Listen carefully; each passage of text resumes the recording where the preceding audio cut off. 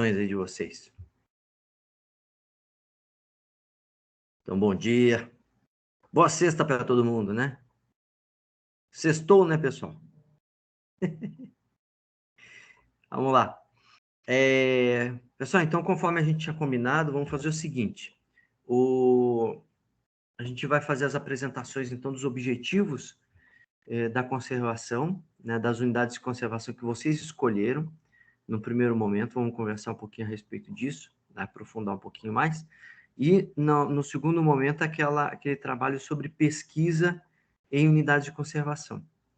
Então, aquilo que eu falei para vocês, né? Que tipo de pesquisa que está sendo realizada, quantas pesquisas, quais são as instituições, se aquilo realmente é uma prioridade ou é uma demanda daquela unidade de conservação, é uma lacuna em termos de pesquisa, e se aquilo realmente vai ajudar na gestão daquela unidade de conservação. Tá? Então, o objetivo é a gente verificar um pouquinho disso, como que está acontecendo.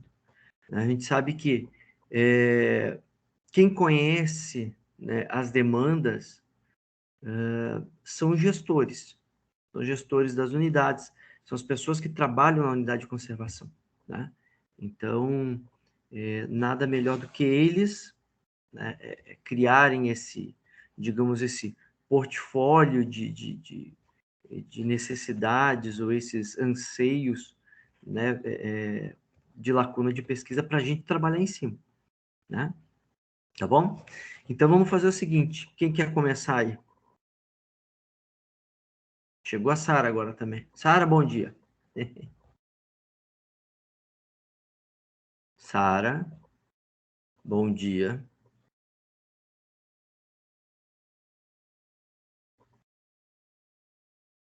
Sara, você está nos ouvindo? Pode mandar um oi pelo chat, se for o caso.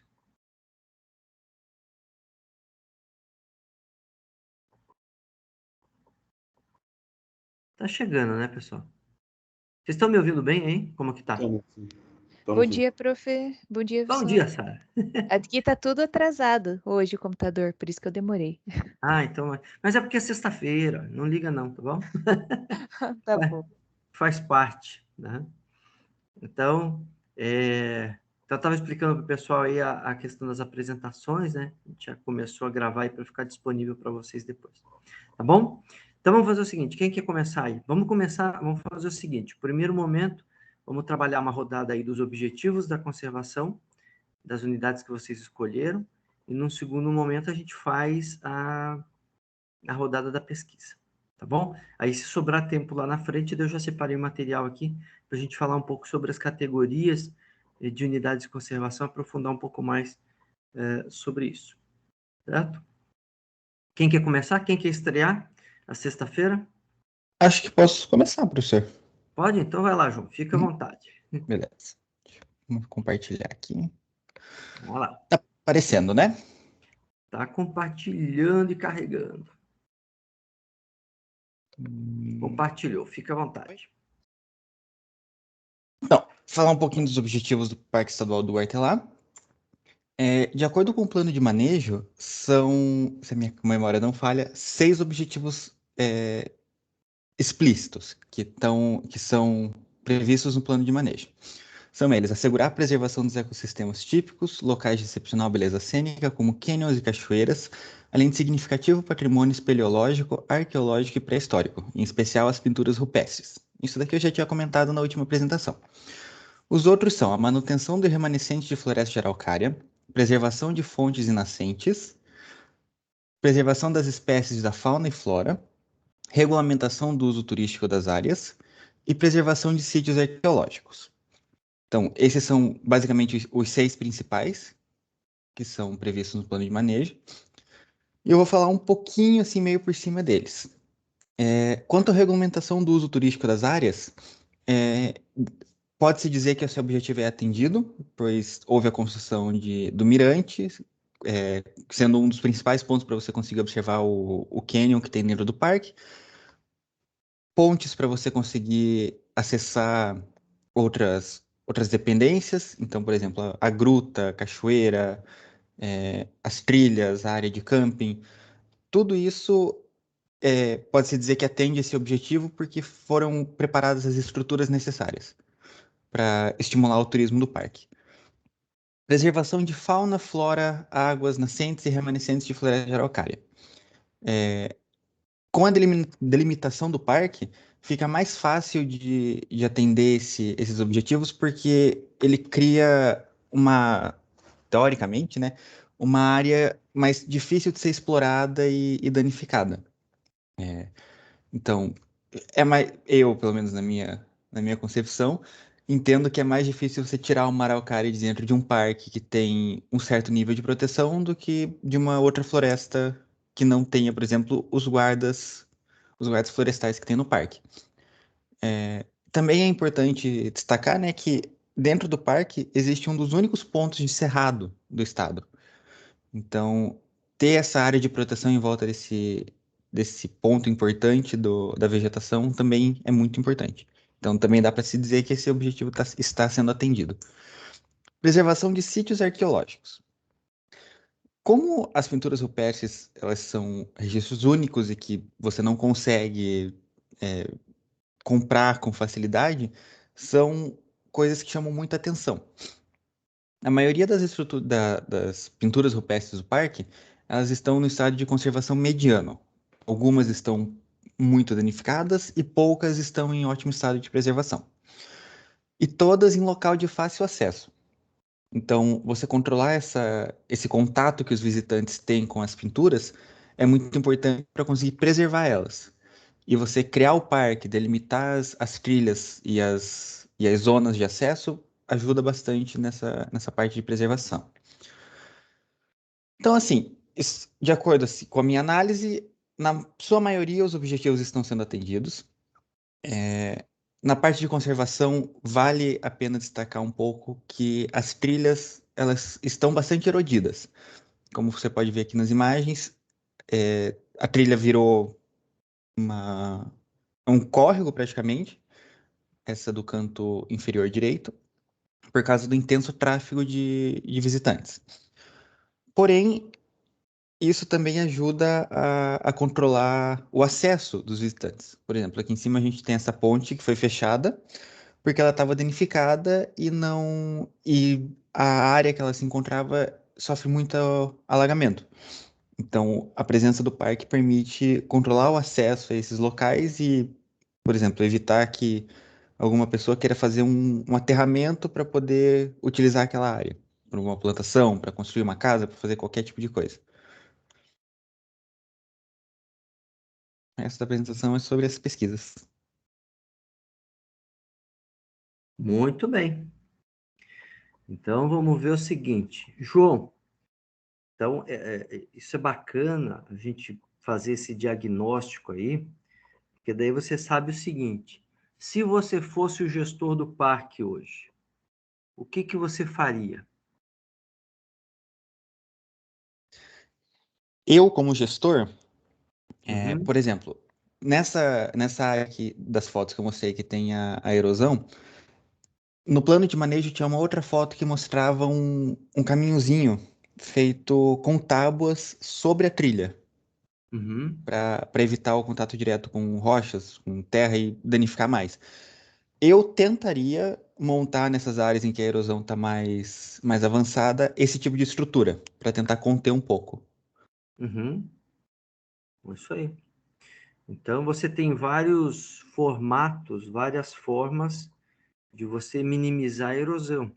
Então, notem que a gente está trabalhando com outras áreas, outras disciplinas da engenharia florestal, né? Então, o conhecimento de vocês lá em solos, conhecimento de vocês lá de recuperação de áreas degradadas, eles ajudam, eles vão complementando aqui a digamos, o conhecimento de vocês para melhor gerir essas áreas, essas unidades de conservação.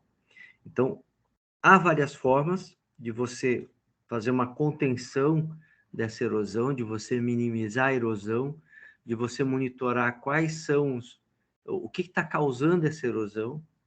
Então, por exemplo, como você falou ali, se tá tendo erosão, ela começou por um motivo. pode ser o número de pessoas que está passando ali. Então, opa, eu tenho que rever o que eu falei para vocês, que é chamado de capacidade de carga, ou limite aceitável de câmbio. Então, eu posso estar tendo ali, um exemplo, né? Eu posso estar tendo 500 visitantes por dia numa unidade de conservação que ela suporta, por causa do tipo de solo que ela tem, 300 visitantes. Então, eu tenho que fazer essa limitação, tá? Um dos principais problemas que os americanos têm é exatamente esse: número de visitantes nos parques deles. É muita gente, né? Então você tem que limitar mesmo. Tá? Então, isso é uma coisa. Outra coisa é assim, depois que a erosão está feita, você tem ali agentes meteorológicos que vão influenciar. Erosão eólica, né? Erosão ali da própria chuva. Tá? Então, tem formas de você minimizar a energia cinética daquela água ali, minimizar esse carreamento de sedimentos. Tá? Então, é bacana, né?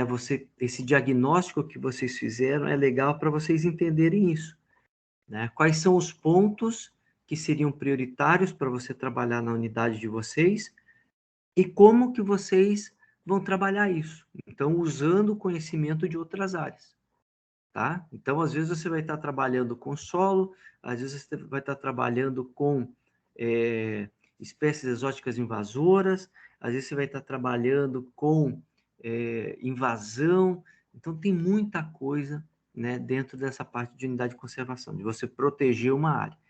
Tá? Então, você usa até coisas que são de outras áreas mesmo, né, que você precisa de outros profissionais. Então, por exemplo, você tem uma questão, às vezes, social envolvida, e você precisa do pessoal, né, que trabalha com a sociologia. Tá? Às vezes você tem questões econômicas das populações do entorno ou das reservas extrativistas. Você precisa de conhecimento do pessoal da economia. Tá? Então, é uma área multidisciplinar mesmo. Então, a gente tem que saber que a gente não vai saber tudo, né? Então, a gente vai contribuir nesse processo todo. Tá? Então, às vezes você vai estar lá, vai precisar muito de pessoal da educação, né? Porque a gente trabalha muito com educação ambiental, né? Aquela coisa de levar para a população um conhecimento, uma informação e trabalhar aquilo na comunidade do entorno, envolver aquela comunidade do entorno, trabalhar com empreendedorismo. Então, tem muita coisa aí que dá para explorar, tá? Então, muito bem, João. Joia. Professor, eu Oi. só aproveitar para comentar, você falou sobre o controle de espécies invasoras e tal. Uhum. No plano de manejo, tem fotos do registro do momento. Quando eles estavam elaborando esse plano, eles tiraram do parque uma boa quantidade de pinos Uhum. que estavam crescendo nos campos. Então, eles falam lá que foi efetuado o controle de espécie invasora do gênero Pinus e tal, tem as fotos lá. Então, eles também já fizeram essa parte Uhum. do controle. Então, joia, né? É uma coisa que é o que eu falo para o pessoal. O Pinus, o pessoal fala muito do Pinus por quê? Porque ele aparece muito na paisagem. As árvores aparecem muito na paisagem de uma forma geral, né? Mas é importante lembrar que assim, o Pinus é fácil de você, é relativamente, vamos colocar assim, é relativamente fácil de você controlar. Por quê? Porque ele aparece de longe, né? Então ele aparece lá de longe, você vai lá e corta ele, né? E você tem ali, né? Qual que é o período vegetativo do Pinus? 5 anos, 6 anos. Então, quer dizer, você tem esse período todo para chegar lá, eliminar aquela árvore e aquela árvore não deixar descendentes. Então, você tem um período longo para fazer isso. Agora, tem outras espécies que são um pouco mais complicadas. É aquilo que eu comentei com vocês. Quando você fala de plantas, de gramíneas, que são mais difíceis de serem identificadas, mais complicado, né? Então, a gente tem um problema sério aí com a braquiária, tá? É uma coisa que a gente tem que trabalhar mais, tá? Além disso, quando a gente trabalha com fauna, Fauna também, né? A gente já conversou um pouquinho a respeito disso, né? Ela tem um apelo muito maior. As pessoas se apegam muito mais à fauna. Então, se você fala assim, eu vou cortar uma árvore, né? Em termos de percepção da população, eles não ligam tanto como se você disser o seguinte, não, eu vou ter que matar essa pomba aqui, porque essa pomba é uma espécie exótica invasora. Ela causa doenças, né? Ela tem mais, por exemplo, a pomba lá comum, ela tem transmite mais de 30 tipos de doenças, né? Então as pessoas têm de uma forma geral, elas são contra essa medida, né? Então são desafios aí para se trabalhar a questão de unidade de conservação. É aquilo que eu falei para vocês, não é culpa do animal, né? Mas a realidade é assim, já que o animal veio de alguma forma, ou já que a planta veio de alguma forma, e ela está tomando espaço das nativas, está causando impacto, né, a gente tem que retirar tanto a fauna como a flora de lá, né? Claro, de forma gradual, isso é uma outra coisa bacana de vocês entenderem. Você pega ali, por exemplo, o Parque Tingui, tem muito alfeneiro ainda ali, né? Tem que fazer o controle do alfeneiro? Tem que fazer o controle do alfeneiro. É uma espécie exótica invasora, né? Só que qual que é o problema? Muito da fauna se alimenta do alfeneiro. Então você tem que ir tirando e substituindo o alfeneiro gradualmente para que você não cause outros impactos, tá? Então, coisas aí, desafios futuros para vocês, né? Tá bom? Vamos passar para o próximo? Quem que quer apresentar agora? Eu posso apresentar. Pode? Então fique à vontade, Ricardo. Bom, só antes, problemas técnicos, eu não consegui achar o plano de manejo, nem nada sobre a reserva a reserva de fauna, né? Então eu tive que trocar ela. Então hoje eu vou apresentar sobre uma outra área, mas espero que os objetivos da outra acho que são bem parecidos com essa que eu peguei, então espero que não dê para entender. Deixa eu compartilhar aqui.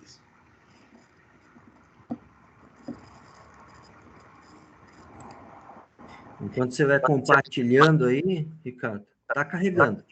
Tá carregando. Enquanto você vai compartilhando aí, é importante lembrar para vocês aquela questão, né? Às vezes a gente não tem informação mesmo. Então. Então, faz parte, né?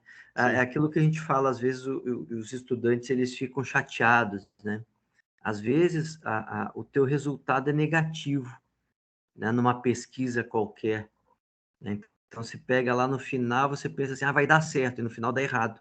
Mas aquilo é um resultado, né? Então, o fato de você não ter encontrado informação é um resultado interessante, porque mostra que, opa, alguma coisa aqui falhou, ou o pessoal não está divulgando corretamente as informações lá da unidade, né? Então, é bacana isso, né?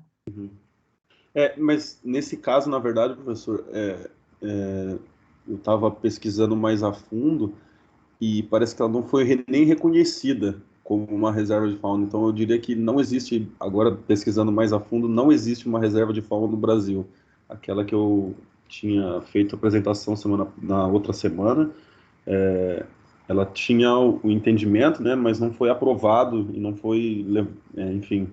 Então, por isso que daí eu resolvi para essa apresentação apresentar outra. Então, esse foi o motivo. Joia. Então, quer dizer que a minha apresentação, então, está atualizada ainda, então.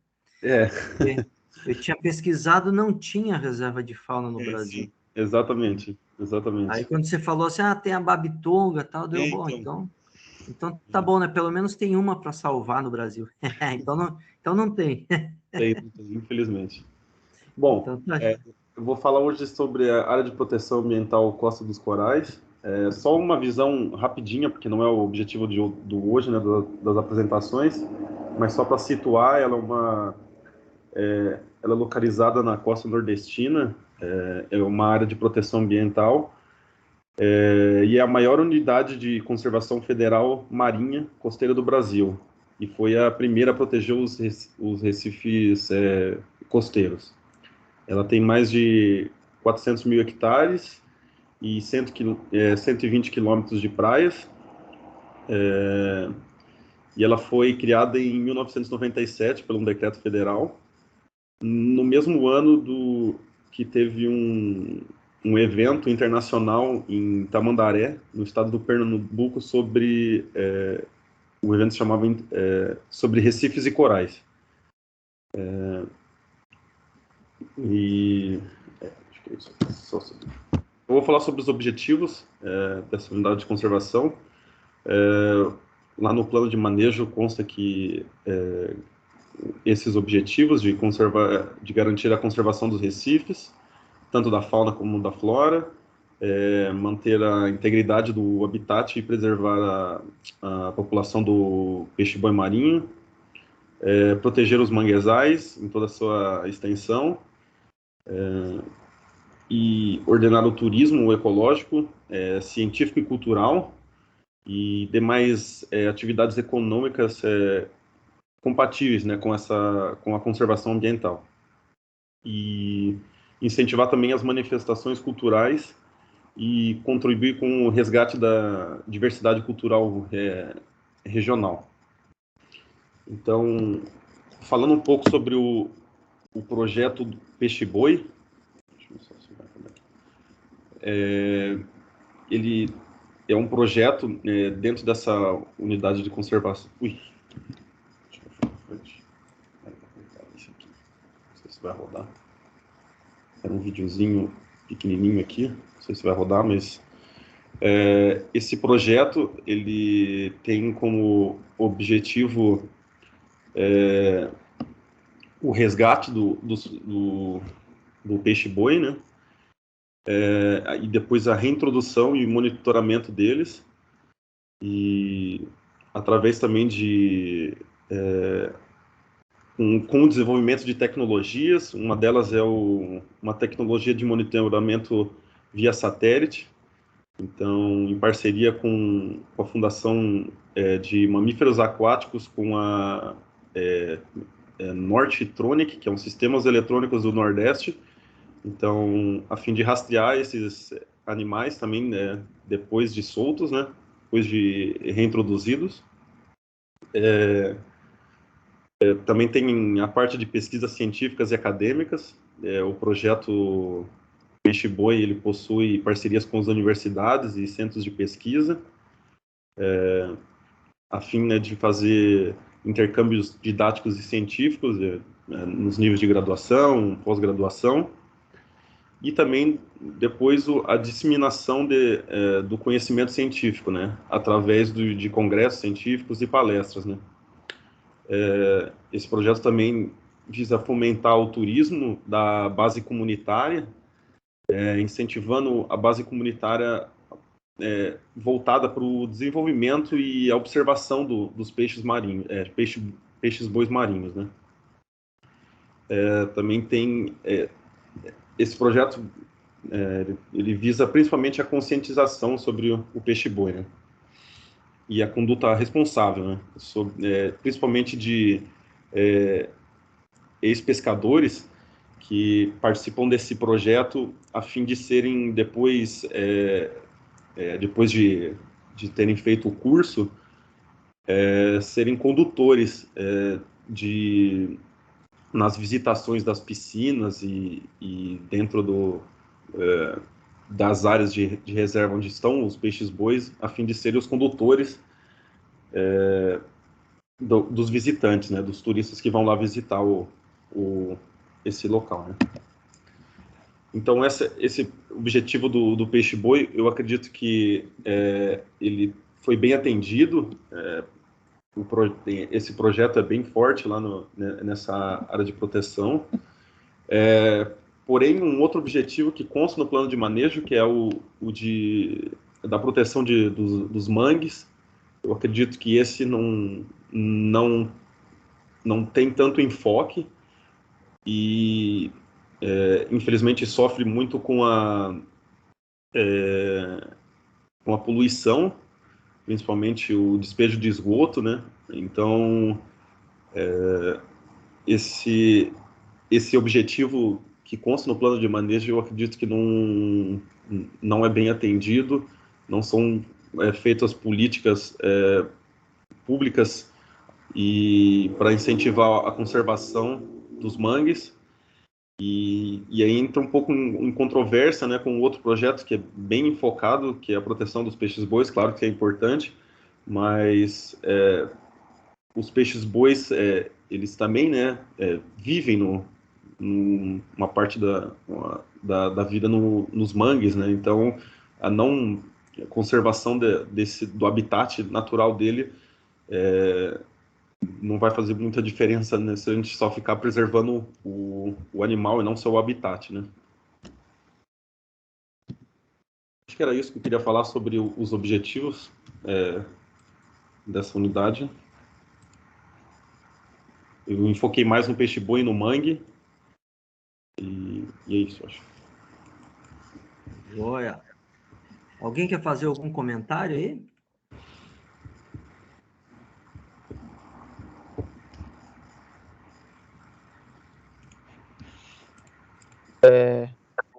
Eu quero só uma observaçãozinha, Vai lá, Jean. que eu não sabia que existia peixe-boi fora dos rios da Amazônia. Foi uma surpresa. Aí, ó. Né? Então é bacana essas questões aí, né, essa questão da conservação do peixe-boi, né? Tem várias ações aí do peixe-boi e vai pela costa toda, né? Então você tem ali Alagoas, vai subindo, tem lá em cima, você pega Ceará, né? Tem ali Piauí também, tem alguma coisa, né? Tem alguns programas do pessoal do IBAMA e CMBio que trabalham muito forte essa questão, né? Agora, com relação a essa apresentação do Ricardo, é bacana, né, e reforçar algumas coisas, né? Ele pegou uma APA, então já vão guardando aí, né? As áreas de proteção ambiental. A área de proteção ambiental geralmente é extensa, é uma área extensa. E a gente vai reforçar isso depois quando a gente falar lá da categoria, né, das áreas de unidade de conservação. É uma área extensa, e não é diferente o caso do Ricardo. Tem uma área que, na realidade, ela não, que eu conheço, que ela não é extensa, que é a APA de Jericoacoara, tá? Então, em função dela ter sido uma vila de pescadores, ela não é extensa. As demais são todas áreas extensas. Além disso, ele comentou a respeito das manifestações culturais. Então, isso a gente vai falar um pouquinho depois quando a gente comentar aqui de Guaraqueçaba. E a questão do esgoto, que é algo que eu falo para vocês que a gente tem que monitorar ali, em termos de lançamento, né, de efluentes nos rios, e que realmente vão contaminar e vão dificultar ali a questão da manutenção da biodiversidade. Tá? Muito bem, Ricardo, você mudou bem aí, então, a tua unidade de conservação, tá?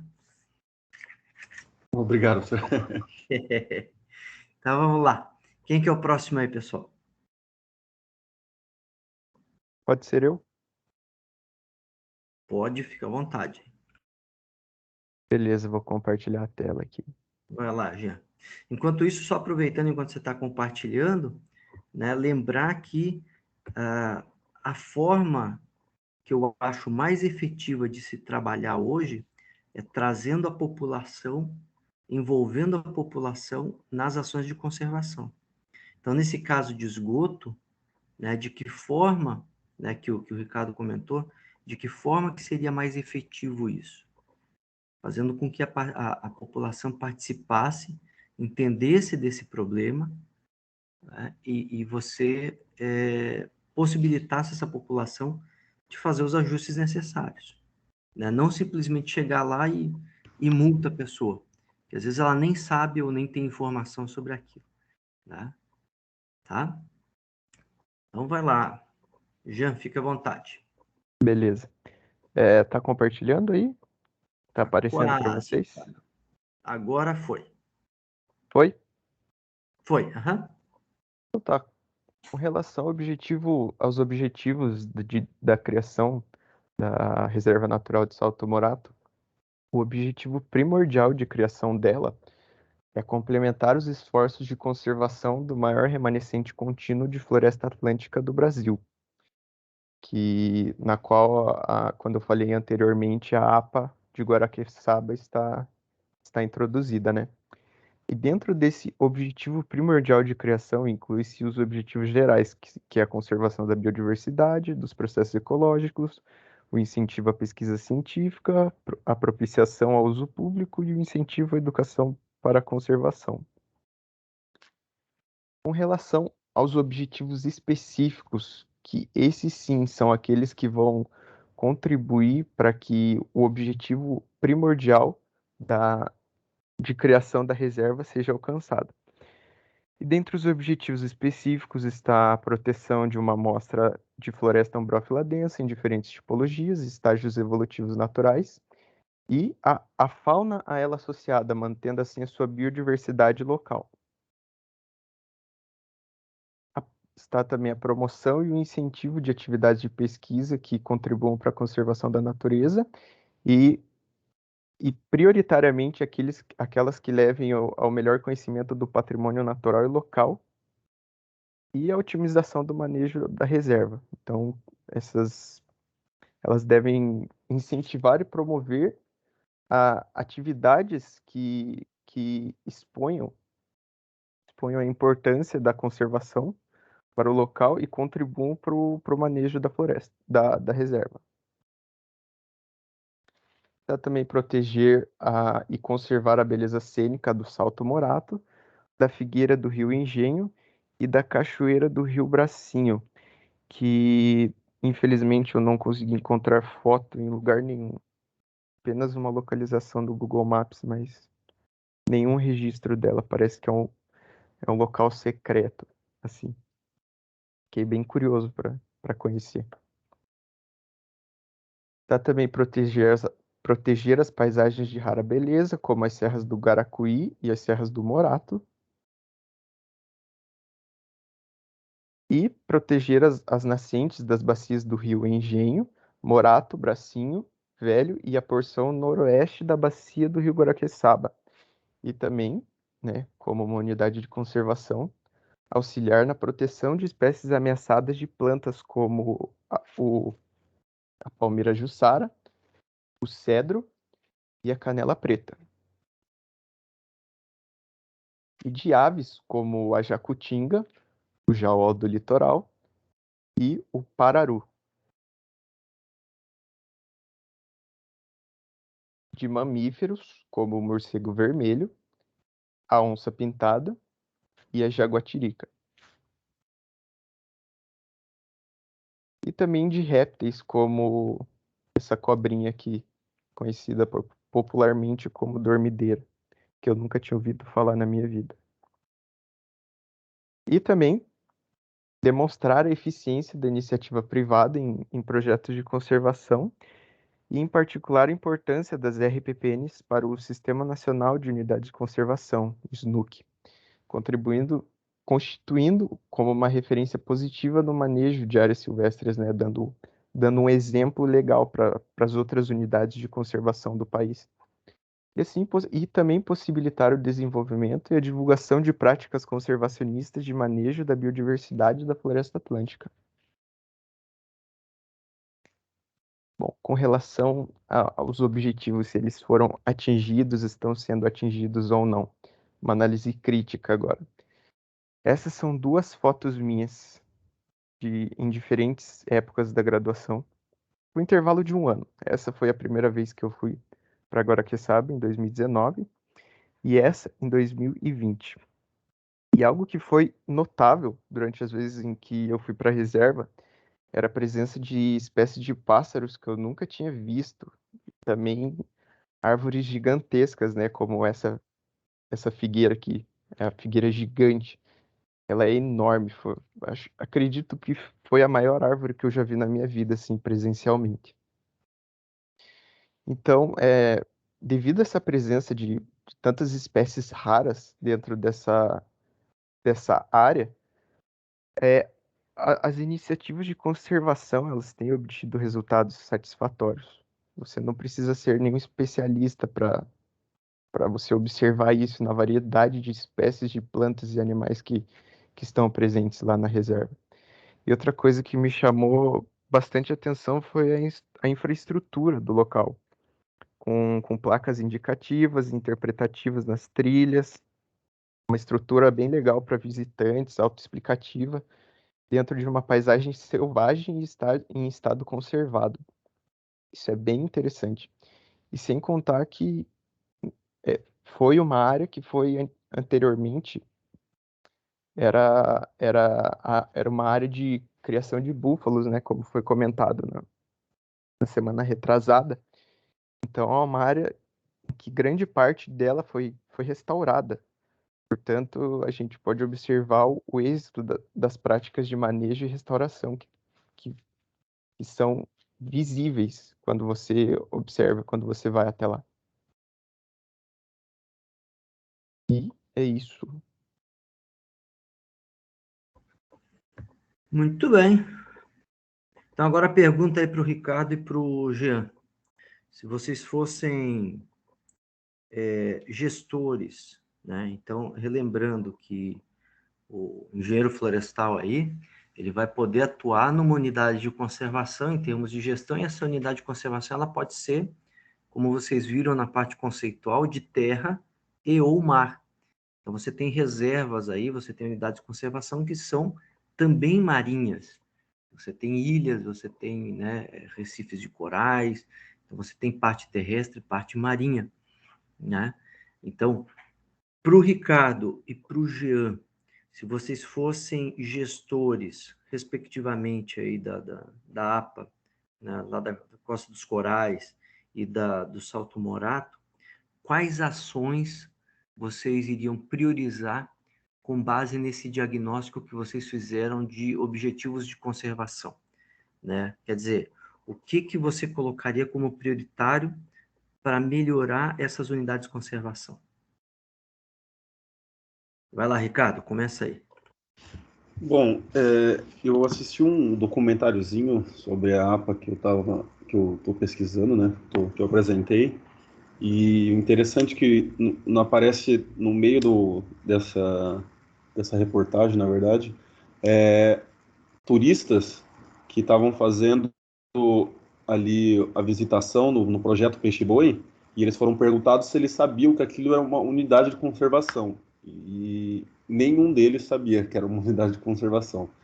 Então, eu acredito como gestor seria apresentar para a população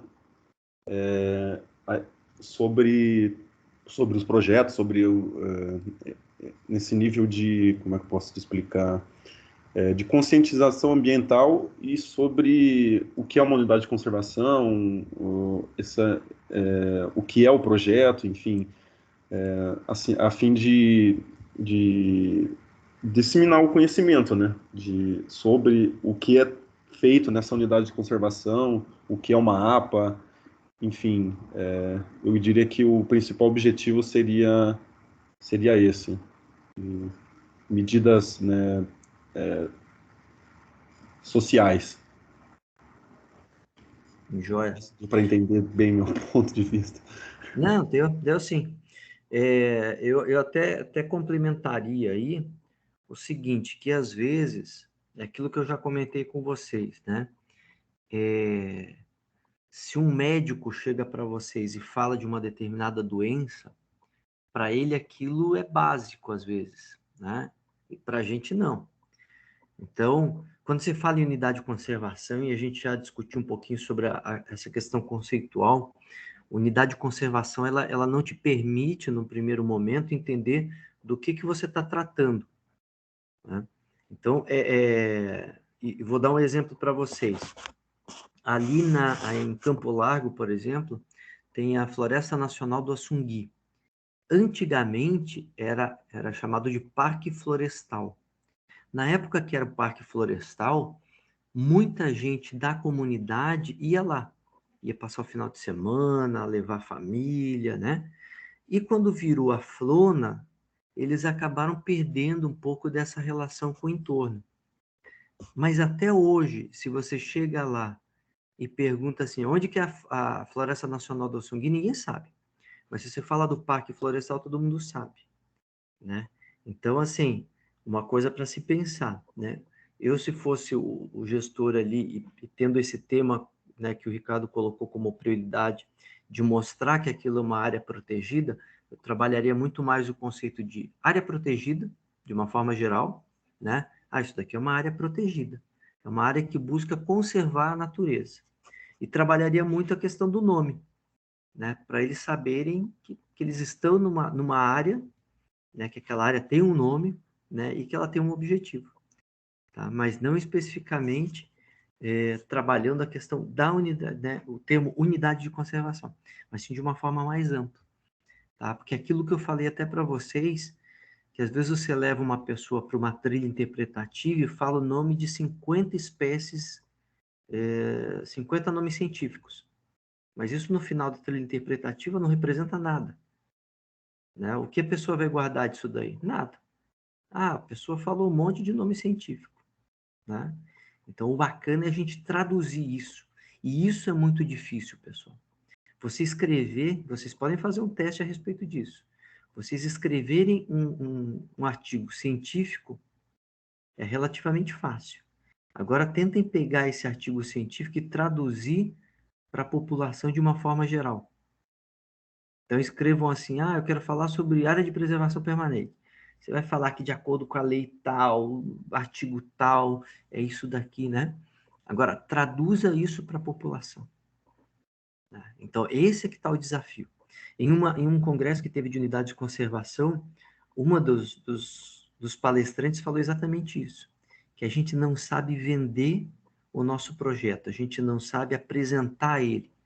São projetos muito bons, tecnicamente, são, mas a gente não sabe repassar isso de forma que o público entenda a importância daquilo, né? Então, está aí um grande desafio para vocês de trabalhar essa linguagem, né? Eu até vou colocar lá no nosso ambiente virtual um artigo bem simplesinho que fala de placas interpretativas, né? Nas placas interpretativas, quando você está na trilha, às vezes o pessoal coloca muita informação. Quem que lê aquilo? Ninguém lê aquilo. Então, você tem que ser muito mais objetivo, tem que ser muito mais simples na mensagem que você quer passar, tá? Então, esse é um desafio aí para a gente trabalhar, tá bom? Mas bem abordado pelo Ricardo, que muita gente não sabe que está numa área de conservação, que aquela área tem um objetivo, que aquela área está sendo mantida por um motivo, tá? Então vamos lá, continuando aí. Jean, e você como gestor, o que você faria?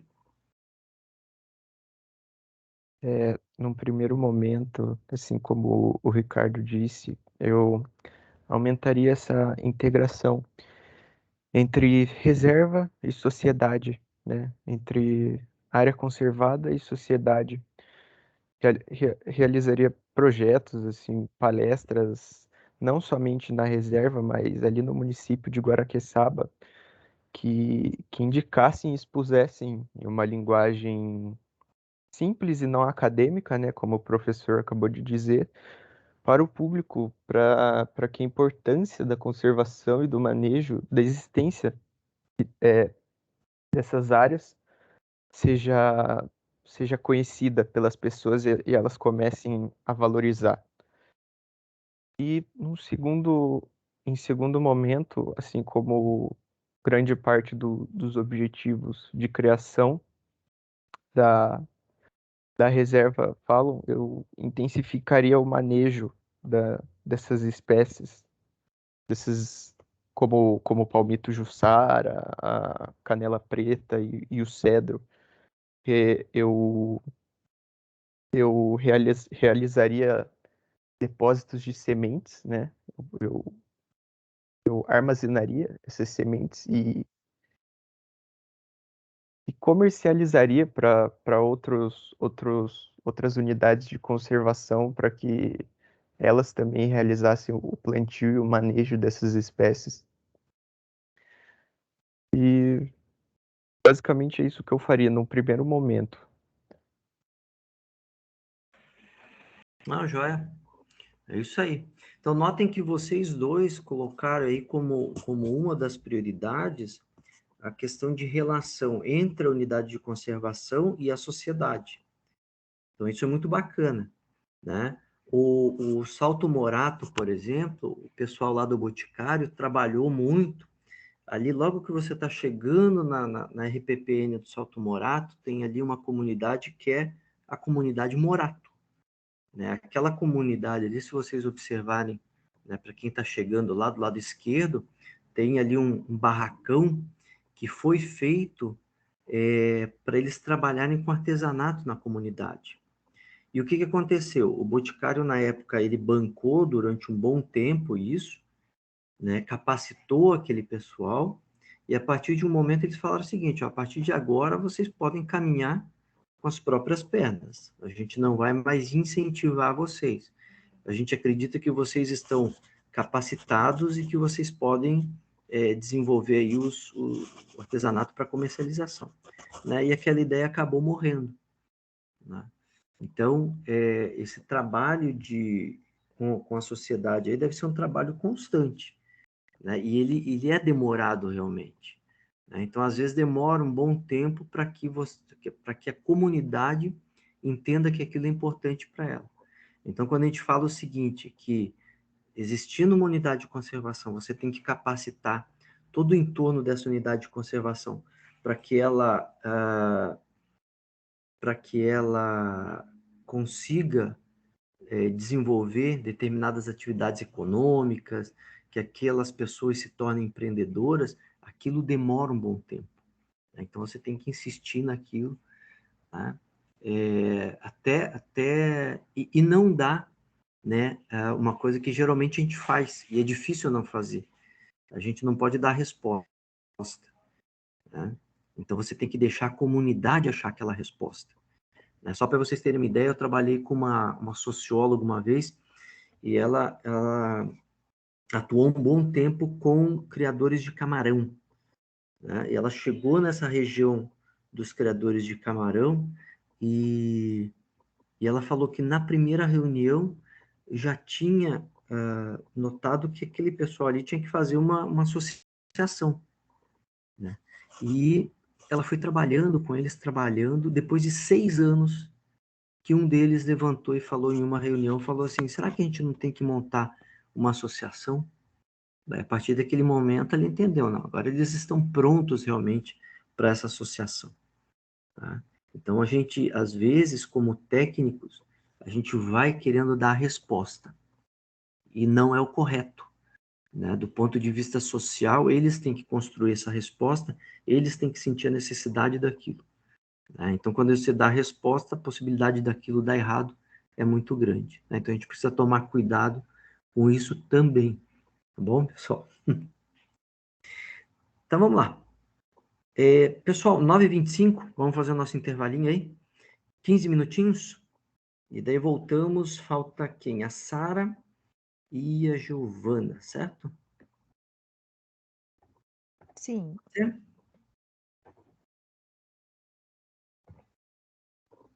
Né? O João, o Ricardo e o Jean já apresentaram, tá bom? Então vamos fazer um intervalinho de 15 minutos, agora 9h25 até 9h40. Daí a gente volta para fazer as apresentações aí. Tá bom, pessoal? Tomem um cafezinho aí, levantem, respirem e a gente já volta. Beleza, prof. Beleza. Tá bom? Beleza. Até já. Tchau, tchau.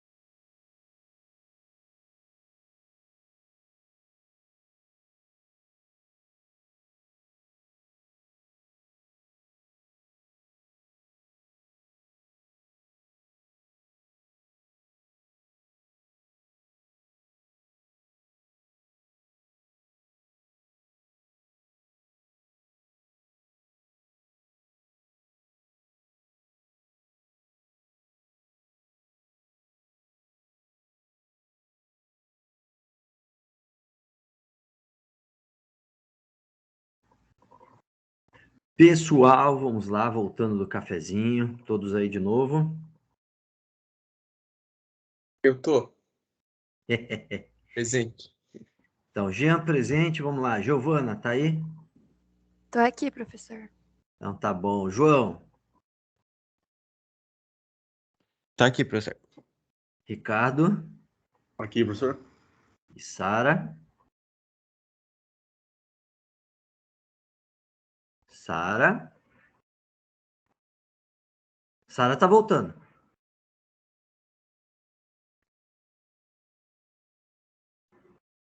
Então vamos lá, pessoal, dando continuidade aí. Giovana, você que está presente, então, sobrou para você. Beleza, então, professor. Vou compartilhar a tela. Então, vamos lá para os objetivos da unidade de conservação.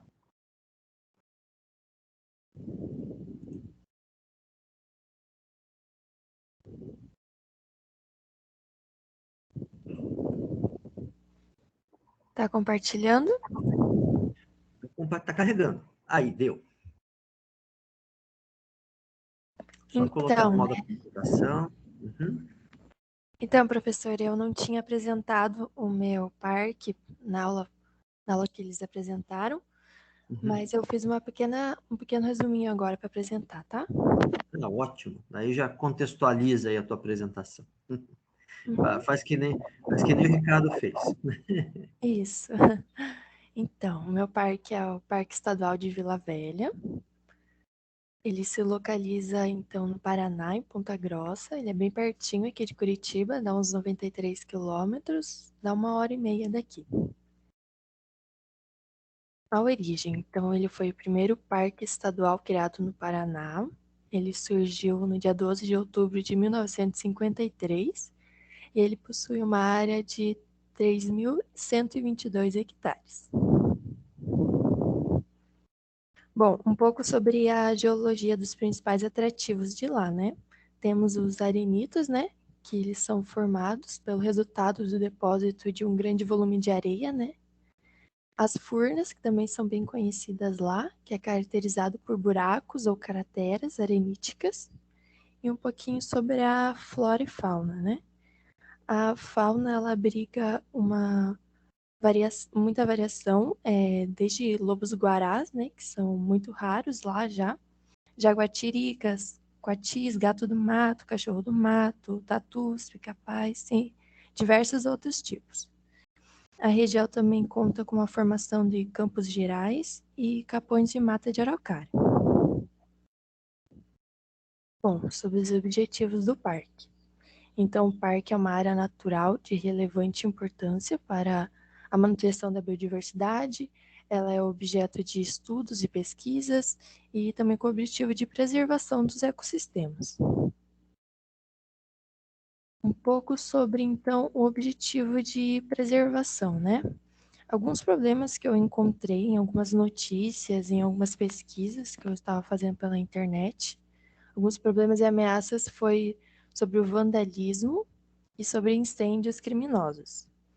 Eu achei uma notícia de 2000 no jornal de Folha de Londrina, que ele relatava o vandalismo ocorrido no parque e a ineficiência dos órgãos públicos, né? E o que gerou uma diminuição no número de visitantes no parque naquela época. A notícia também relata sobre a erosão provocada pela passagem constante de pessoas, ou também pela erosão por conta das marcas que as pessoas deixavam nos arenitos, quando elas pegavam facas, escreviam seus nomes, coisas assim, né? E foram encontrados pichações no local também, né? Uma outra notícia, um pouco mais recente, de 2017, que a partir de 1º de setembro, os visitantes do parque precisarão contratar guias para conhecer a unidade. A medida foi uma solução encontrada pelo Instituto Ambiental do Paraná, o órgão gestor do parque, para conter os atos de vandalismo e a infração ambiental praticada por pessoas desacompanhadas. Um outro trabalho que eu encontrei também realizado por uma aluna da Federal do curso de Turismo, uma conclusão de curso, que ela falava um pouco sobre o uso público e o turismo no parque e as contribuições para um novo plano de manejo. Então, é de 2020 esse trabalho, e ela relatava também sobre o vandalismo e também um pouco da falta de dados sobre esse assunto que ela teve. Um pouco também sobre os incêndios, então. Uma pesquisa de 2017 indica causas antrópicas, em especiais por atos criminosos, e o manejo agropecuário em áreas adjacentes. E também, obviamente, por causas naturais, como raios, essas coisas. Como os principais fatores que contribuem para a ocorrência de incêndio no local. Então, o vandalismo e os incêndios criminosos, eles vêm prejudicando o parque, né? E, na minha opinião, isso vem interferindo no objetivo do parque de preservação, né? Que esse objetivo vem não sendo atingível, né?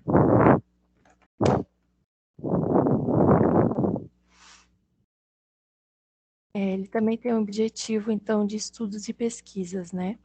Eu achei também um outro trabalho que falava um pouco sobre a importância das visitas de alunos de ensino médio, ensino fundamental no colégio, né? Sobre essa aprendizagem que eles tinham lá dentro do parque, né? O nome do projeto que eu encontrei era Conhecendo o Parque, uma experiência interdisciplinar de aprendizagem. Ele falava, então, um pouco sobre essa visita dos alunos com o objetivo de sensibilizar eles para a compreensão de que o parque é um patrimônio ambiental e cultural, ensinando eles sobre as principais formações rochosas, além também de estimular os alunos sobre o desenvolvimento de uma visão ecológica. Na minha opinião, eu acho que essa parte de ensino sobre visitas de alunos é uma coisa recorrente no parque, né? Pelo menos antes da pandemia, pelo menos isso ocorria bastante, e que realmente funciona, né? Uma forma de aprendizagem muito boa para os alunos, né?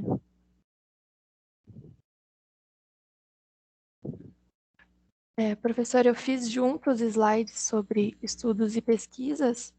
Não sei se eu já apresento ou não. Não, pode deixar. Daí a gente apresenta na sequência. Pode deixar. Javali é legal, né? Então já tem bastante coisa para a gente conversar aqui, Giovana. Beleza. Né? Então, olá. Joia.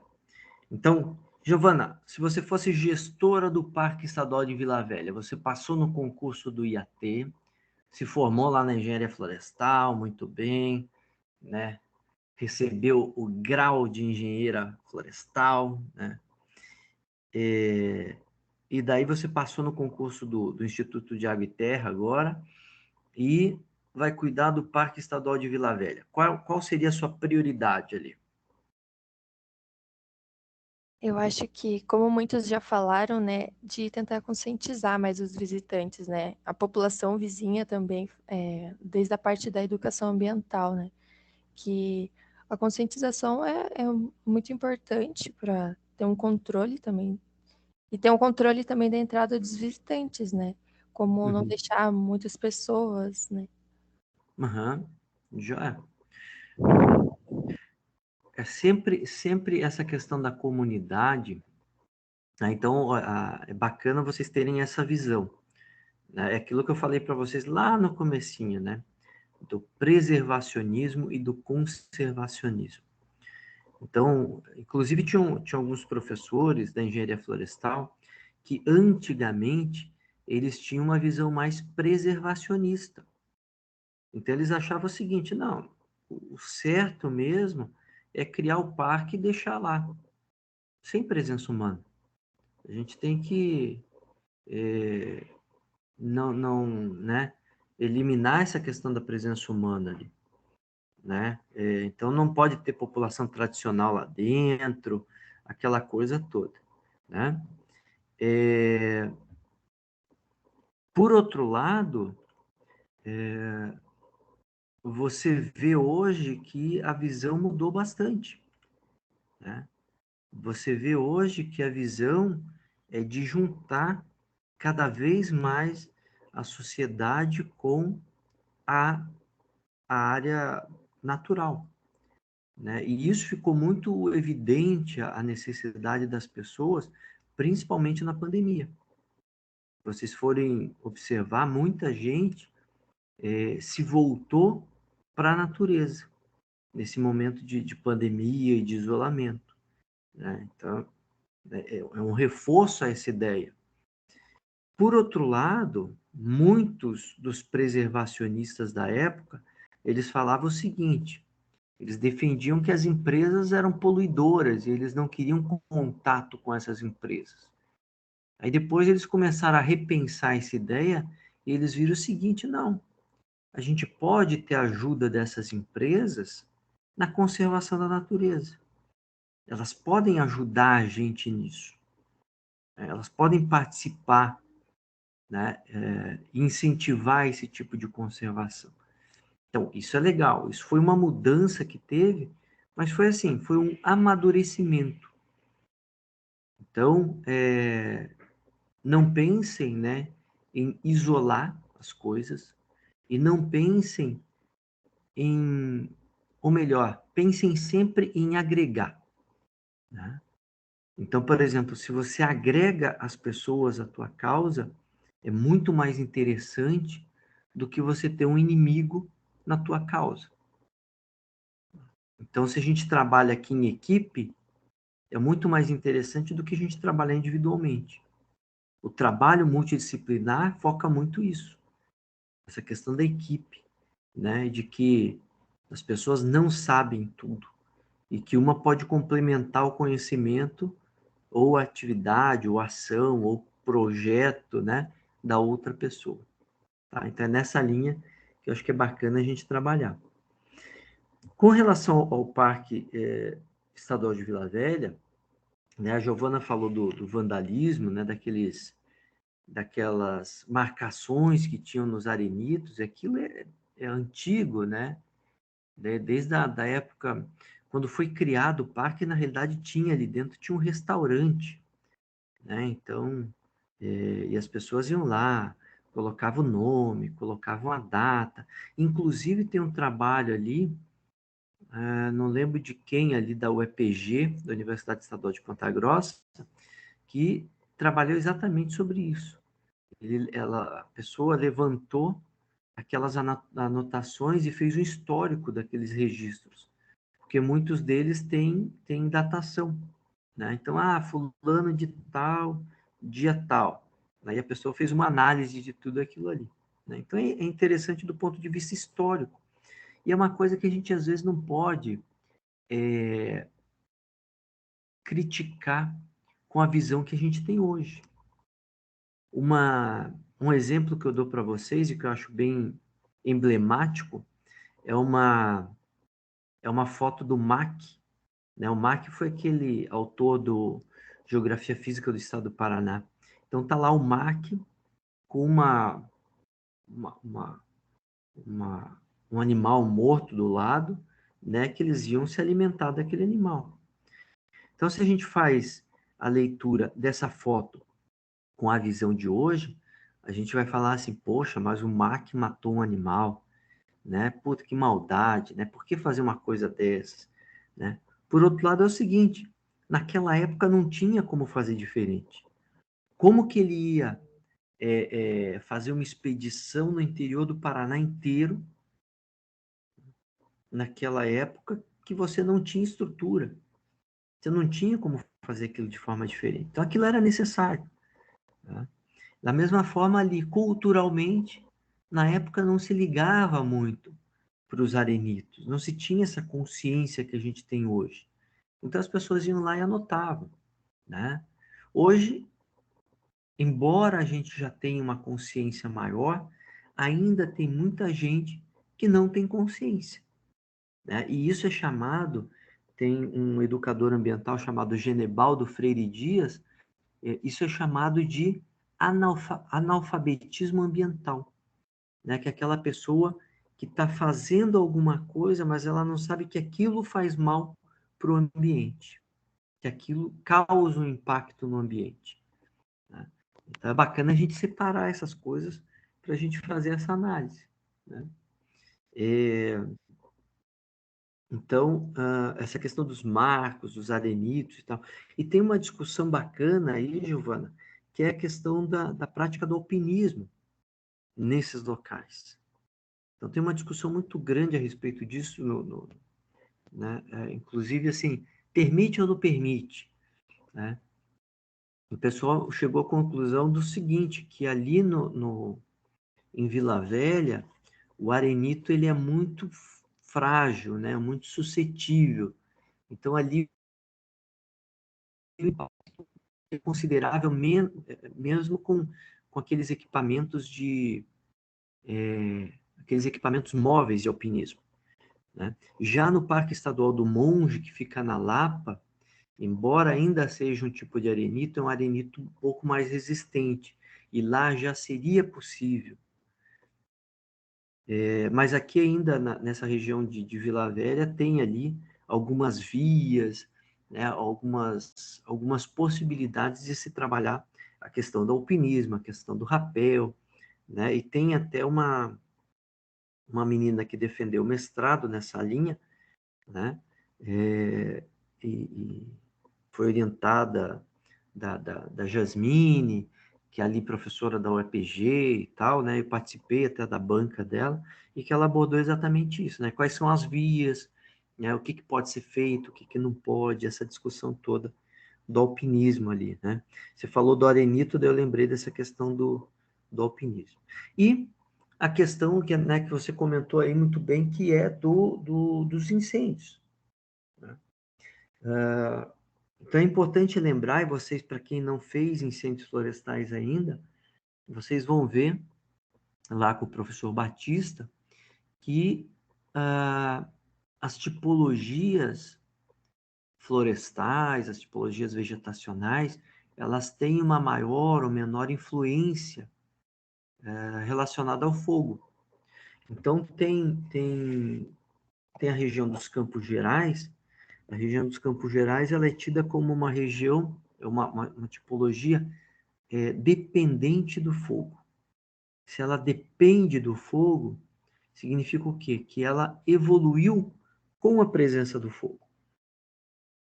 Então, quer dizer que de tempos em tempos, a região dos Campos Gerais precisa da presença do fogo. O que se tem hoje, o que se discute hoje bastante, é o chamado manejo integrado do fogo.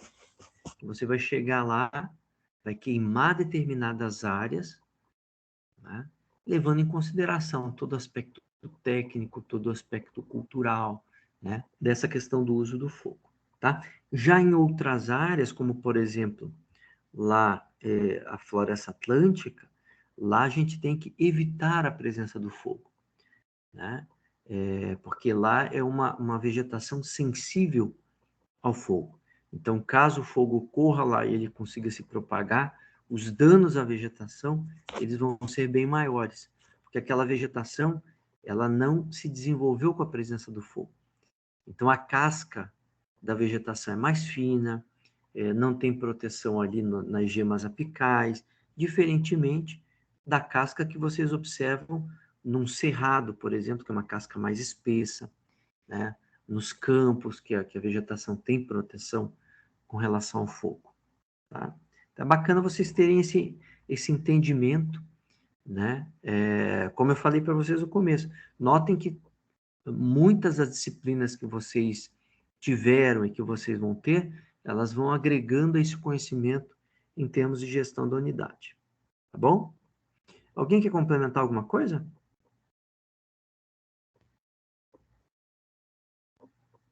Não? Tudo tranquilo? Se quiserem complementar alguma coisa, ou não sei se ficou alguma dúvida no que eu falei também. Giovana, ficou alguma dúvida? Não, professor, sem dúvida. Sem dúvida. Nossa, eu expliquei tão bem assim, Giovana.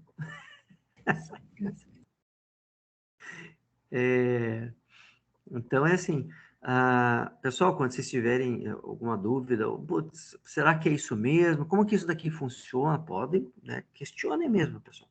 Essa matéria aqui, é para vocês questionarem, é para vocês pensarem, né? É para vocês lerem, Eu gosto de fazer dessa forma para instigar vocês nesse assunto. E vocês vão ver quando vocês saírem daqui, se vocês têm contato com a parte de unidade de conservação, com a parte de gestão, é assim mesmo. Ela acaba sendo bastante desafiadora, porque, como eu falei, né, ela envolve várias linhas do conhecimento.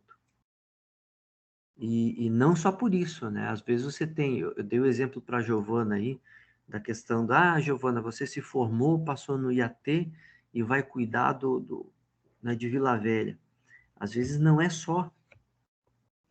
Para vocês terem uma ideia, a Ângela, que era a antiga gestora ali do Parque Estadual de Vila Velha, ela era gestora do Parque Estadual de Vila Velha, do Parque Estadual do Guatelá, viu, João?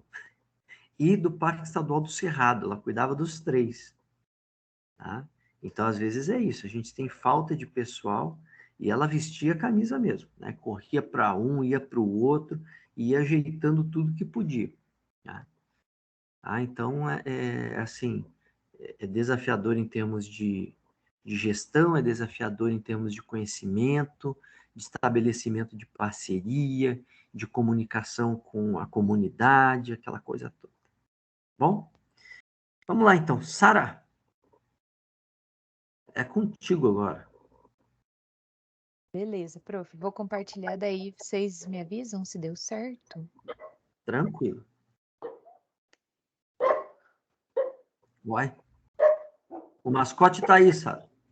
Ah, esse daí é chato. É só eu abrir o microfone que ele começa a gritar lá fora.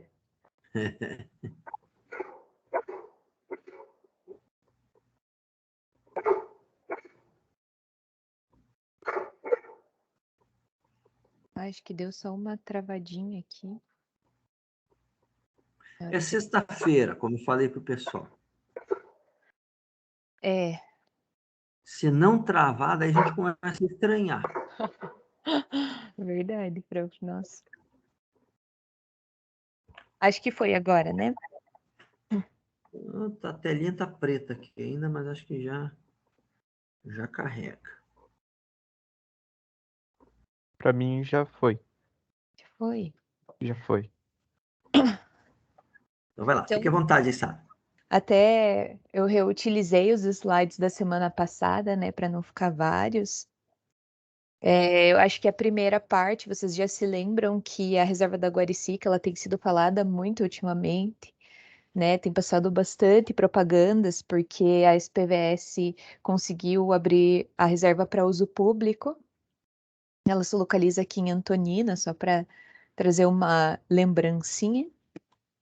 E vamos para frente. Também tinha falado da questão do porquê da guaricica, né, que é uma espécie muito frequente da região, onde que ela se localiza na questão da reserva, da grande reserva da Mata Atlântica e do Lagamar Paranaense, em relação a outras reservas da área, mas isso daqui é uma situação, são as reservas da SPVS, né, a maioria ali que tem, se bem que tem outras, né, não só da SPVS. Aí eu tinha falado do histórico e criação da UC, Unidade de Conservação, Caracterização, seguindo.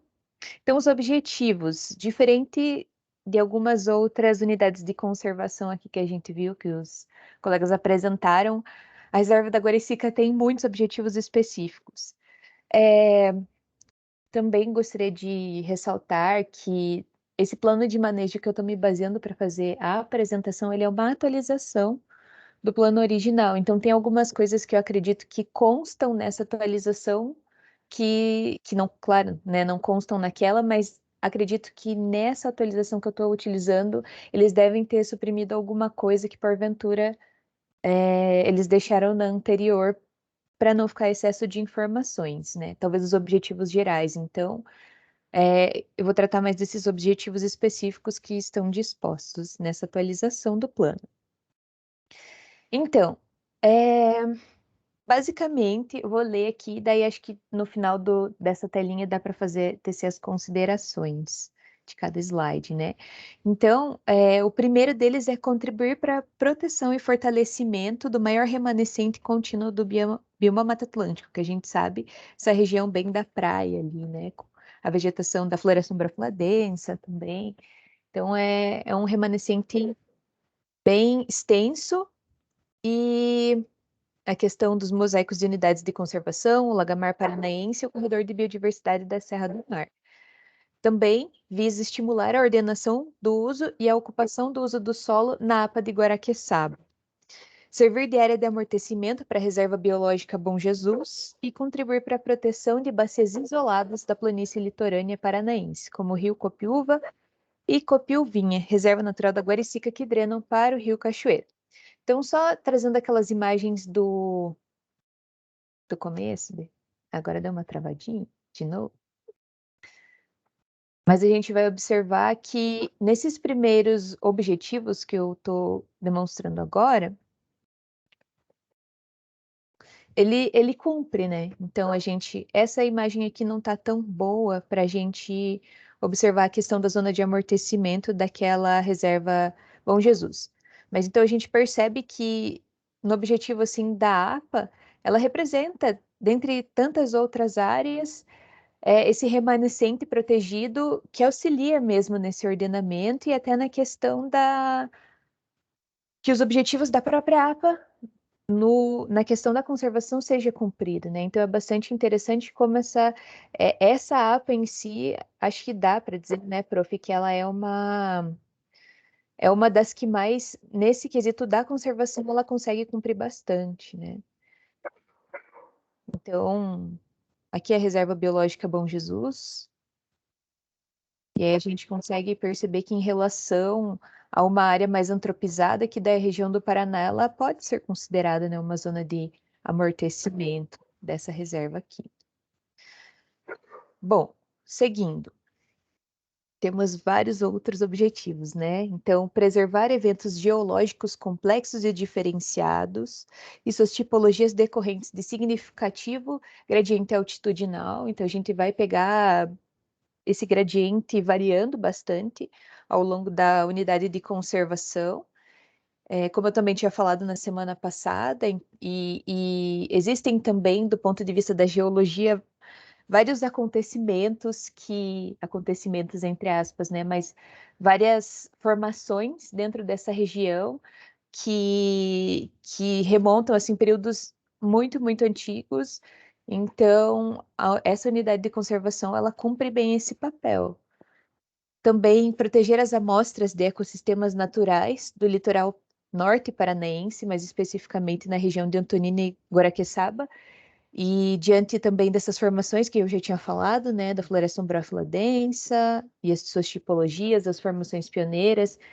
Então, acho que isso nem precisa comentar muito, porque ela protege bem. Se a gente adentrar um pouco das áreas mais conservadas da unidade de conservação, a gente percebe, então, essas amostras, de fato, são bem representativas. A gente consegue encontrar espécies que remontam, que são expressivas dessa região em estágios mais avançados de sucessão, então é bastante interessante isso. Também outro objetivo é restaurar e proteger as paisagens naturais e belezas cênicas, né? Então, e também conservar os sistemas especiais, como os pirizais, cachetais e guanandizais. É bastante interessante que existem trilhas dentro da reserva da Guaricica, em que a gente observa essa questão dos guanandizais bem frequente, assim, a espécie é bastante vista. E também como esses pirizais, cachetais e guanandizais, eles são, como que eu posso dizer assim, são tipologias, quem sabe, são formações que são associadas a uma determinada condição, evoluíram essas espécies. Por exemplo, o guanandizal, ele é o guanandi que evoluiu numa condição, o cachetal é a cacheta que evoluiu numa condição de bacia de inundação, os pirizais, que são das espécies de cíperos, né, ciperáceas. Então, a gente também consegue observar essas formações dentro da unidade de conservação, tanto de forma mais isolada, né, dentro da própria floresta ou dentro das suas formações naturais. E proteger também as amostras representativas de um gradiente ambiental significativo para o bioma Mata Atlântica e um exemplo clássico de zona de tensão ecológica entre floresta e restinga, e formações pioneiras de influência fluvio-marinha. Então, se a gente voltar aqui, nesse mapinha, a gente consegue observar, né, essa pontinha quase que chegando ali na praia, por assim dizer. E aí aqui a gente já encontra as formações mais florestais, então é realmente um exemplo dessa amostra que eles estão retratando nos objetivos específicos. Aí a gente também vai encontrar a proteção das espécies, da fauna, e são muitas das que a gente já conhece, né? O papagaio da cara roxa, a gralha azul, e tem esses outros, né? Tropeiro da serra, choquinha cinzenta, que vão ser encontradas na unidade de conservação. É bastante interessante também essa outra questão da proteção de espécies cinegéticas, né, que são eventualmente espécies que têm um período que são associados à caça, que eles têm, como a gente diz, armadilhas não. São aquelas câmeras que eles conseguem ver a movimentação da fauna. Então, existem estudos que são conduzidos na unidade de conservação, mas de maneira geral, quando a gente faz uma visitação assim, a gente consegue ver alguns banners com as imagens dos animais. Se a gente entra na própria floresta e na parte da floresta que tanto já está conservada, mas especialmente a que está em processo de recuperação, é bem comum de ouvir esses animais, de perceber eles passeando, vivendo ali. Então, também a unidade de conservação ela consegue abarcar esse objetivo específico que eles dispuseram no plano de manejo. E também a proteção de espécies predadoras e migratórias, né? Então, eventualmente, tem esse conhecimento da onça-pintada que estava caminhando por uma parte mais conservada, e os próprios técnicos da unidade de conservação relatam isso quando a gente vai fazer uma visita lá. Então, às vezes até a gente avista, né, nas vezes que eu fui, a gente avistava patas, assim, e até ficava com certo medo, né, de encontrar eventualmente esses animais no momento da trilha. E assim, por fim, tentando fechar um pouco essa questão dos objetivos da UC, também é recuperar as áreas degradadas pela atividade de bubalinocultura e mineradora. Então, no histórico da unidade de conservação, anteriormente tinha essa utilização, né, esse uso do solo por parte da... Ai, meu Deus. Esqueci o nome. Meu Deus. Dos búfalos. Então, atualmente existem alguns experimentos conduzidos com restauração e recuperação e que é bastante interessante de observar que realmente esse objetivo de recuperação barra restauração ele foi atingido e continua sendo conduzido, né? A proteção também dos sítios históricos e arqueológicos, especialmente os sambaquis, que a gente sabe que no Paraná é encontrado em bastante quantidade, né, a apoiar os projetos de uso sustentável e alternativas de renda com as comunidades locais. Atualmente eu não sei se tem exatamente os projetos de uso sustentável, assim, não me lembro, mas eu sei que existe bastante gente envolvida na condução das atividades da unidade de conservação. Então, talvez isso seja algo que eles estão implementando, ou talvez de fato ainda não implementaram, mas pretendem, né? Também outro objetivo é fomentar o uso público por meio de atividades de visitação com objetivos turísticos. Isso eles já colocaram em prática. Acredito que ainda não está assim, não tem muito ainda porque está só no início, né, essa atividade de uso público, mas que nos próximos anos deve crescer bastante com a abertura das trilhas e tal. Desenvolver estudos para a viabilidade de reintrodução da fauna ex situ e in situ, Essa eu não sei dizer também se está sendo desenvolvido esses estudos, né? Eu sei que existe um grande enfoque com relação aos papagaios que a gente encontra aqui na região, mas da arpia eu não tenho certeza se é uma proposição ou se de fato eles já colocaram em prática e também geraram um modelo de desenvolvimento baseado na conservação da natureza, novos negócios, emprego e qualidade de vida.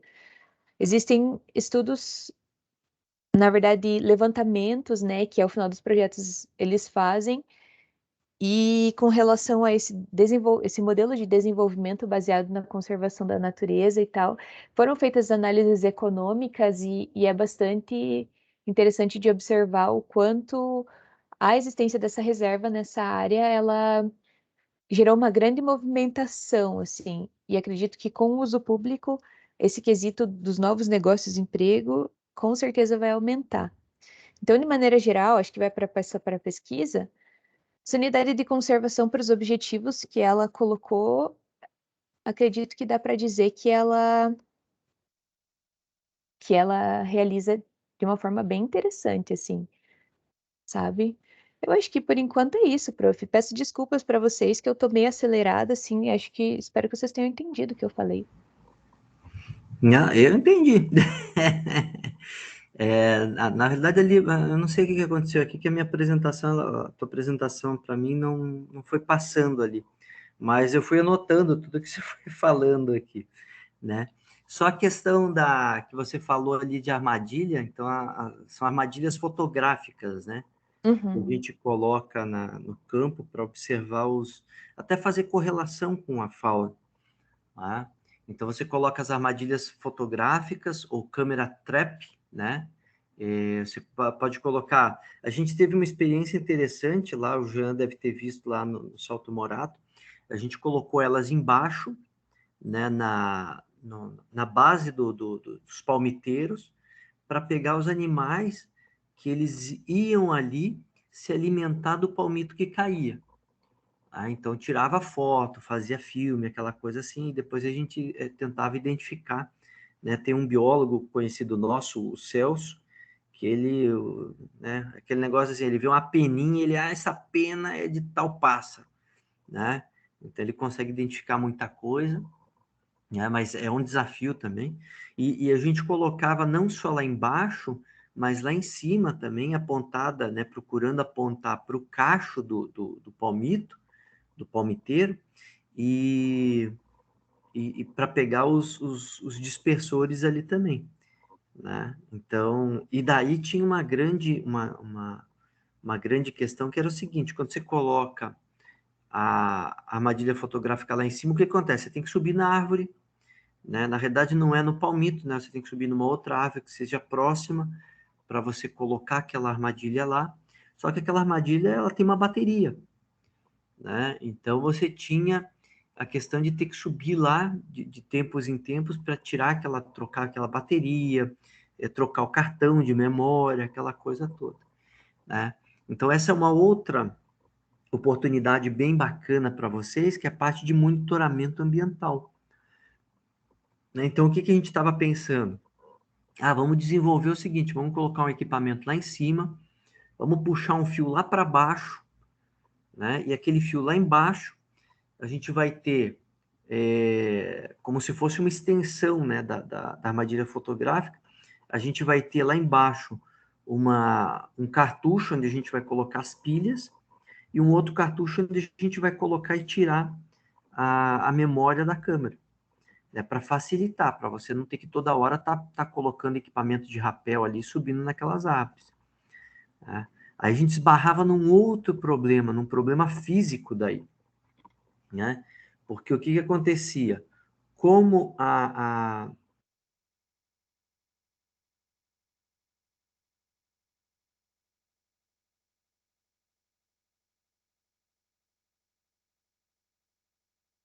Prof, você fechou seu áudio.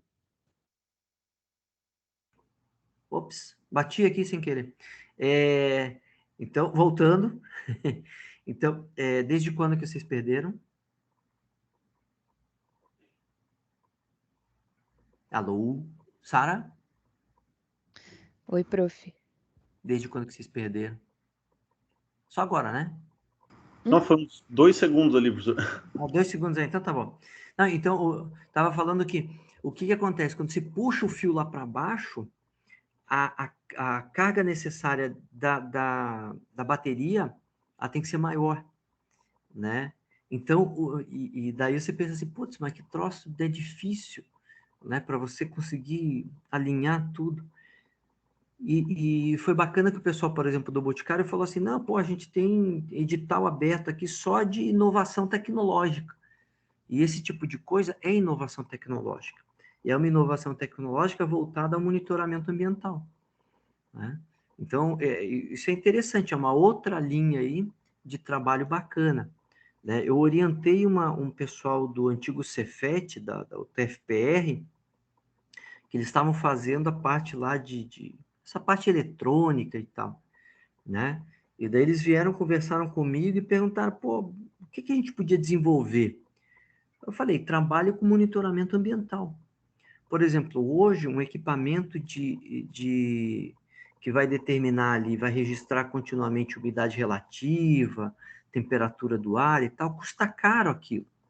E a gente precisa bastante daquilo, né? Então, será que tem uma forma de você fazer isso, né, de uma maneira mais em conta, mais barata? E daí eles desenvolveram, né? Desenvolveram o equipamentozinho lá, o protótipo, inclusive, né, ele baixa direto no celular. Então, são coisas legais para a gente evoluir, para a gente ir caminhando, né, para trabalhar em cima disso, né? Sara, você tem interesse em trabalhar lá na Guaricica? Você tem saudades? Como que é a tua relação com o pessoal da SPVS lá? Então, prof, quando eu conheci a Guaricica foi por meio de uma disciplina optativa com o professor Alessandro. Uhum. E aí eu gostei muito da parte de restauração e meio que eu colei nele, assim. E aí eu fui algumas vezes para Guaricica e ele tem orientadas lá, né? Então, Uhum. aí depois, alguns anos depois, eu fui estagiária da SPVS com restauração também. Então, não sei se eu tiver a oportunidade, assim, com certeza que eu voltaria, porque eu tenho bastante, assim, apreço e lembranças boas, né? Uhum.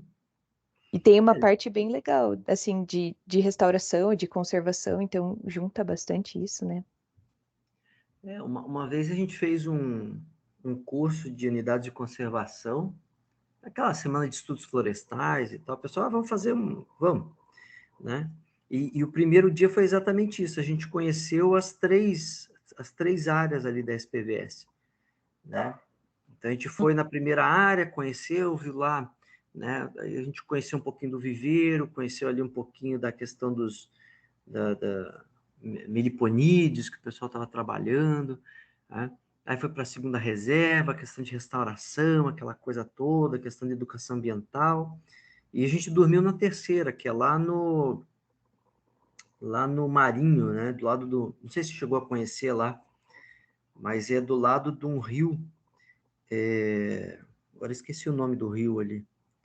Tem a terceira reserva da SPVS, onde tem um dormitório lá, e daí ali do lado você tem o Tagaçaba, né? Uhum. É no Tagaçaba. E daí do lado você tem um restaurante ali que era do Marinho, que ele faz uma tainha na folha de bananeira, tá? Recomendo aí para o pessoal que estiver passando por lá, né? E daí no dia seguinte que a gente foi para Guaraqueçaba e para o Salto Morato, né? Então é bacana, né? Bacana você conhecer essas iniciativas, esses trabalhos que vêm sendo realizados aí, né? E você nota quando você está trabalhando, né? Fazendo estágio, você nota assim que existem algumas dificuldades. Então você tem que ter uma certa habilidade para, opa, tem uma dificuldade aqui. Vamos trabalhar aqui, vamos ver assim, o que a gente pode aperfeiçoar disso, né? Uhum. Tá? Mais algum comentário, pessoal?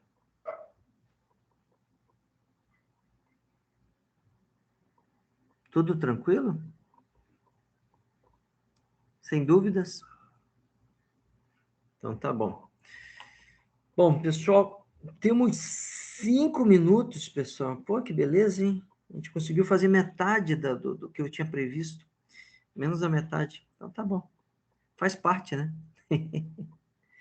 Então vamos fazer o seguinte, pessoal. Próxima semana, então hoje a gente falou de novo de objetivo e passou aí a discutir então os exemplos, os estudos, digamos, os estudos de caso das unidades de conservação que vocês escolheram. Então, na semana que vem, a gente faz as apresentações da parte das pesquisas, então, tá bom? Então, dá até para vocês aprofundarem um pouco mais aí, se vocês quiserem dar mais uma aprofundada, se acharam que faltou alguma coisa. Certo? Podemos fazer assim, então? Beleza, professor. Então, tá bom. Então, vou encerrando aqui a nossa gravação da semana, né?